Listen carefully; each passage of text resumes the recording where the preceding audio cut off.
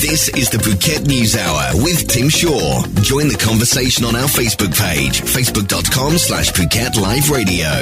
Hello and welcome to the News Hour. Great to have your company today. Lots of stories around Japan, not only investing in infrastructure in Vietnam, but what else are they providing Vietnam to protect itself from China? You'll find out real challenges of the rule of law and particular investigations going on in Cambodia about human rights breaches only 2 years ago.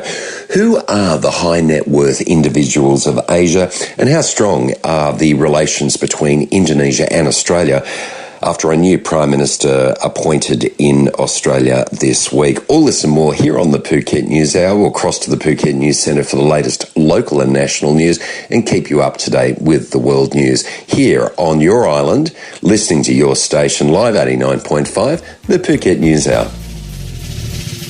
The news you need to know. This is the Phuket News Hour with Tim Shaw. We reported to you this week that Japan is investing heavily in Vietnam. Well, Bloomberg have updated that story. Not only the $832 million in infrastructure aid to Vietnam, they're also going to provide patrol boats as the two countries vow to expand ties amid growing concern over China's muscle flexing in disputed areas of the South China Sea. Japan will supply Vietnam's Coast Guard with 200 million yen, $1.7 million worth of used ships and equipment, according to Japanese Prime Minister Shinzo Abe. Now, he met with the Vietnamese Communist Party General Secretary Nguyen Pro Tong in Tokyo this week.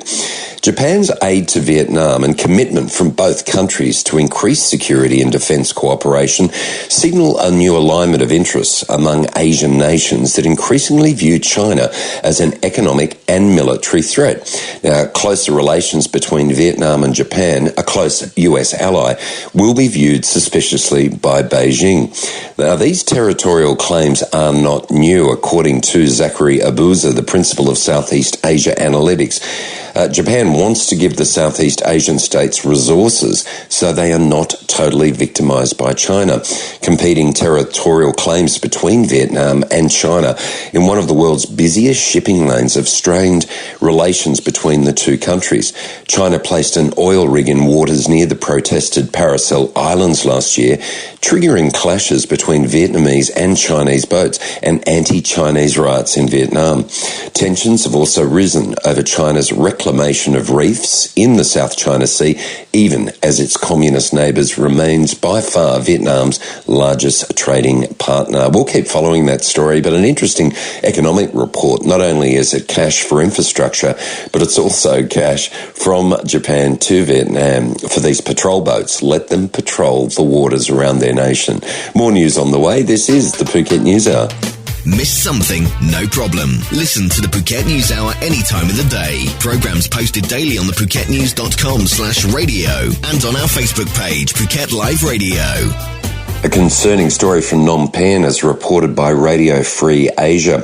Cambodian authorities will not pursue inquiries into the shooting death of a man killed during anti-government protests 2 years ago, according to a government spokesperson, as Cambodian rights groups slammed the Southeast Asian nation's, quote, dangerous path away from democracy.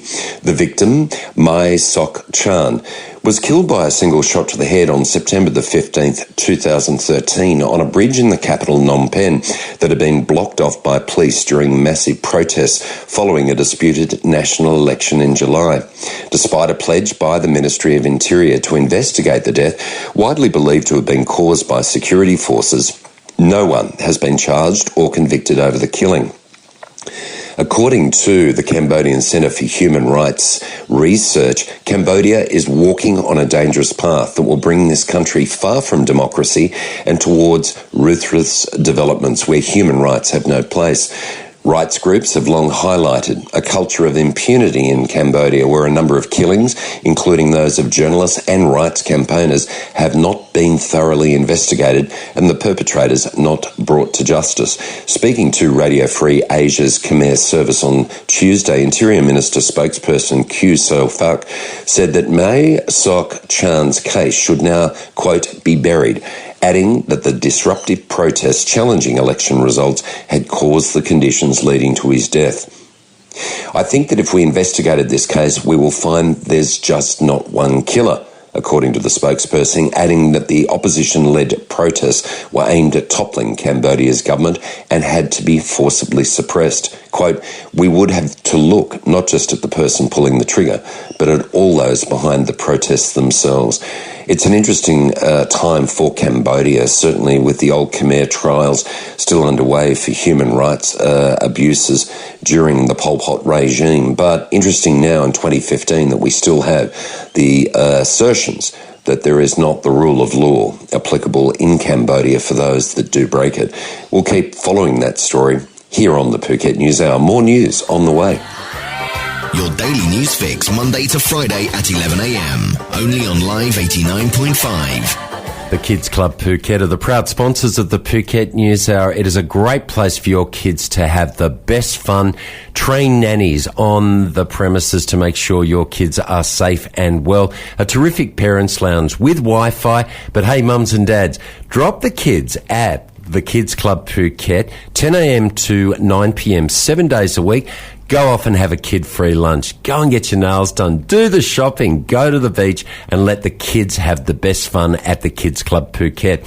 Don't forget too, TKC Party Supplies. The Kids Club Phuket have the best party supplies on the island. That's for all age birthdays. Where? The Kids Club Phuket, opposite Jung Salong, underground parking available, 800 square metres of fun, fully air-conditioned. The Kids Club Phuket. Check them out, thekidsclubphuket.com or facebook.com, The Kids Club Phuket. The stuff you need to know. 60 minutes of news on the Phuket News Hour with Tim Shaw. Well, the results are in. The Bangkok Post is reporting from Singapore that Asia-Pacific millionaires are set to become the world's richest this year. A report said on Wednesday, driven largely by wealthy individuals in India and China. The combined wealth of Asia-Pacific's super rich will surpass its 2014 total of $15.8 trillion and overtake that of their North American counterparts. Currently, the world's richest group with a shared wealth of $16.2 trillion. Now, the research by computer services consultancy Capgemini and RBC Wealth Management said the Asia-Pacific region already had the largest number of high net worth individuals, with 4.69 million in 2014 against 4.68 million in North America. High net wealth individuals are those with investable money of at least $1 million, apart from the value of their homes and other collectibles. Now, apparently, China and India, in particular, have propelled Asia-Pacific high net wealth individual wealth growth in recent years and are expected to continue to act as key drivers both in the region and globally. The report said China and India represented nearly 10% of global high net wealth individuals and accounted for 17% of the worldwide increase in new wealth since 2006. China had 890,000 millionaires with a total wealth of $4.5 trillion. The population of high net wealth individuals in Thailand grew by 13% year on year in 2014, while wealth grew by 14.9%. India recorded the fastest growth of wealth in that category, up to 198,000 individuals, while total wealth surged 28.2%. Well, they're the figures, and where are they all? It seems in ASEAN, in the Asian countries. So let's keep a look out there for the wealthy. That report from the Bangkok Post. Today's important stories and the island's best music. This is the Phuket News Hour with Tim Shaw. A report from Jakarta that the Indonesian government has welcomed the leadership change in Australia, saying it hopes diplomatic relations can improve under Malcolm Turnbull's prime ministerial leadership. During Tony Abbott's time as leader, a spying row, controversy over boat turnbacks and the execution of the Bali 9 duo saw Australia's diplomatic relations with Indonesia plummet to what many described as an all-time low. A spokesperson for the Indonesian foreign minister said that the Indonesian government had congratulated Mr Turnbull and told him it stood ready to work with the new federal government to continue to strengthen ties. The head of the International Relations Department of the University of Jakarta said that the leadership change provided an opportunity for renewal. And according to Evi Fitriani, because of the personality of Malcolm Turnbull himself, I think he is a more sensible person who we can talk with. Ms. Fitriani said she believed Mr. Abbott's approach did not suit Indonesia's style and his language was too harsh. According to the spokesperson, quote, even though Malcolm Turnbull hasn't made any statement about foreign policy yet, judging from his personality and judging from Mr. Abbott's personality at least, we think we will deal more communicatively and maybe in a better situation and better environment with this kind of leader.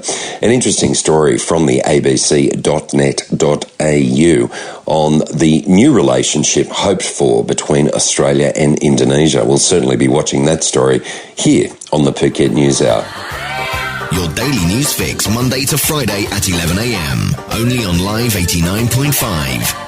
That is the program for today. Thank you for your company. If you want to catch the highlight podcast, you can go to phuketradio.com. Check out facebook.com The Phuket News and facebook.com Phuket Live Radio. The Phuket News Hour produced and presented by Tim Shaw, associate producer Chara Revitt, using the resources of the World Wide Web, the Phuket News Centre, the Bangkok Post, Voice of America, CNN and the BBC. Until we speak again, have a great remainder of the day. And remember, if you need the news, come to Live 89.5, the Phuket News Hour. On the hour, the BBC, and on the half hour, the latest local and national news from the Phuket News Centre. Have a great day. Bye for now. This is the Phuket News Hour with Tim Shaw. Join the conversation on our Facebook page, facebook.com/Phuket Live Radio.